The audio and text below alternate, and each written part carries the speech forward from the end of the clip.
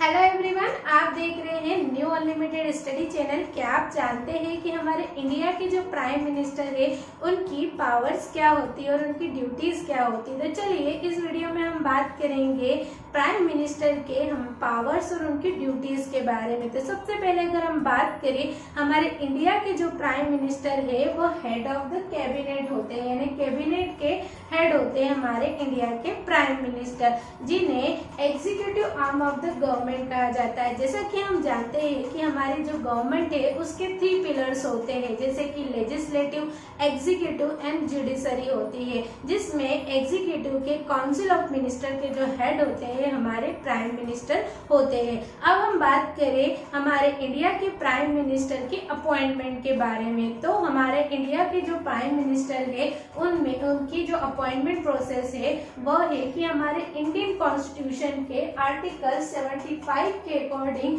President के द्वारा prime minister का अपॉइंटमेंट किया जाता है और प्रेसिडेंट के द्वारा ही ओथ दिलवाई जाती है प्राइम मिनिस्टर को।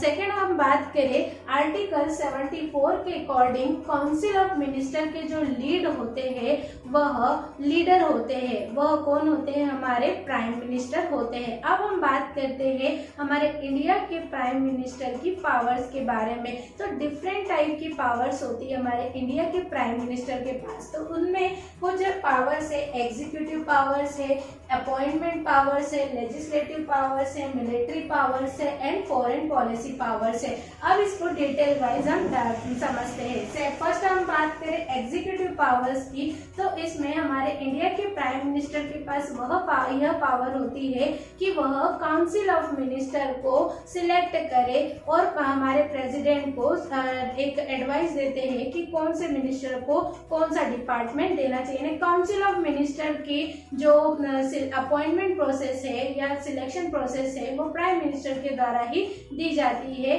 किसको सजेशन दिया जाता है? प्रेसिडेंट को, कि प्रेसिडेंट काउंसिल ऑफ मिनिस्टर को अपॉइंट करे। नेक्स्ट अगर हम बात करें कि PM will decide different department for this minister, prime minister के पास ये पावर होती है कि वो डिफरेंट जो डिपार्टमेंट है वो मिनिस्टर को सौंपे।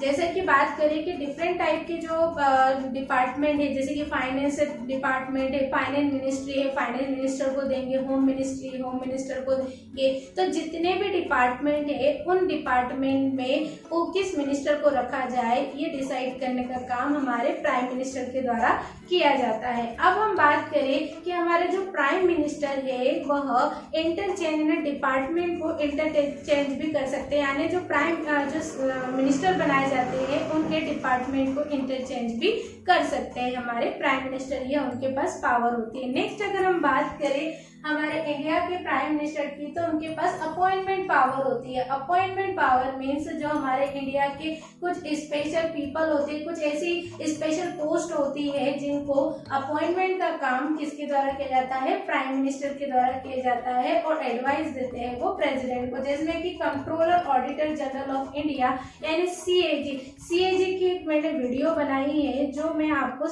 जो डिस्क्रिप्शन के लिंक में दे दूंगी। यदि आपने वो नहीं देखी है तो उसको पहले जाके देख लीजिएगा। नेक्स्ट अगर हम बात करें सॉलिसिटर जनरल ऑफ इंडिया का अपॉइंटमेंट भी प्राइम मिनिस्टर के द्वारा ही किया जाता है। Next attorney general of India, and ये सारे जितने भी पीपल होते हैं उनका जो अपॉइंटमेंट है वो प्राइम मिनिस्टर के द्वारा किया जाता है। नेक्स्ट अगर हम बात करें हमारे इंडिया के प्राइम मिनिस्टर की, तो उनके पास लेजिस्लेटिव पावर होती है। अब लेजिस्लेटिव पावर में वो प्रेसिडेंट को सजेस्ट करते हैं कि वो लोकसभा को डिसॉल्व करे और री इलेक्शन करे।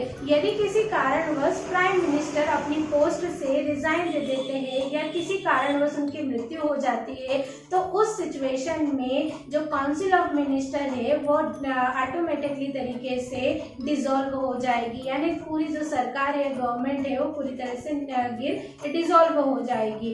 तो इस तरह से हमारे इंडिया के जो प्राइम मिनिस्टर है उनका एक प्रमुख रोल होता है हमारे गवर्नमेंट में। सबसे पहले नेक्स्ट अगर हम बात करें हमारी मिलिट्री पावर्स की, तो जैसा कि हम जानते हैं कि जो हमारी इंडिया में 3 फोर्स होती है, एयर फोर्स होती है, आर्मी फोर्स होती है, नेवी फोर्स होती है, इनके हेड जो होते हैं वो हमारे प्रेसिडेंट होते हैं, लेकिन जो पॉलिटिकल हेड होते हैं वो हमारे क्या होते हैं, प्राइम मिनिस्टर होते हैं। यानी जितनी भी पॉलिसी या बॉर्डर से रिलेटेड जितनी भी पॉलिसी एग्जीक्यूट या इम्प्लीमेंट करने का काम हमारे इंडिया के प्राइम मिनिस्टर के द्वारा ही किया जाता है।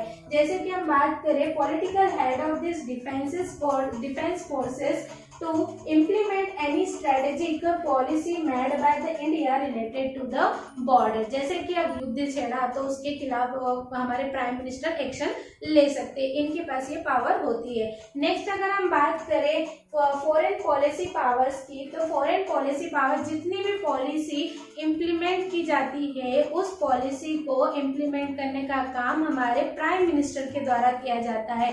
जैसे कि नीति आयोग है, नेशनल डेवलपमेंट काउंसिल है, वाइल्ड डेवलपमेंट काउंसिल है, जितने भी पॉलिसी है वो हमारे इंडिया के प्राइम मिनिस्टर के द्वारा ही इम्प्लीमेंट की जाती है।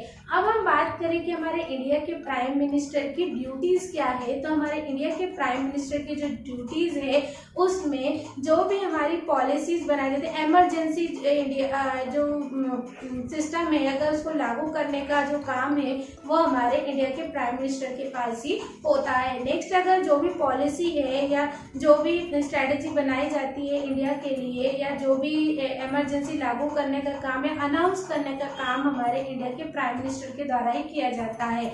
जैसे कि डिमोनेटाइजेशन है, स्वच्छ भारत आयोग है, स्वच्छ भारत है। नेक्स्ट अगर हम बात करें लॉकडाउन इन इंडिया है, तो ये सारा काम किसके द्वारा किया जाता है, इनके पास ये पावर होती है अनाउंस करने की। आई होप आपको ये वीडियो समझ में आया होगा, इससे कुछ ना कुछ इन्फॉर्मेशन मिली होगी। यदि आपको ये वीडियो इन्फॉर्मेटिव लगा हो या हेल्पफुल हो आपके लिए तो प्लीज़ इस वीडियो को लाइक, शेयर एंड सब्सक्राइब करना न भूलिएगा। Thank you very much for watching this video.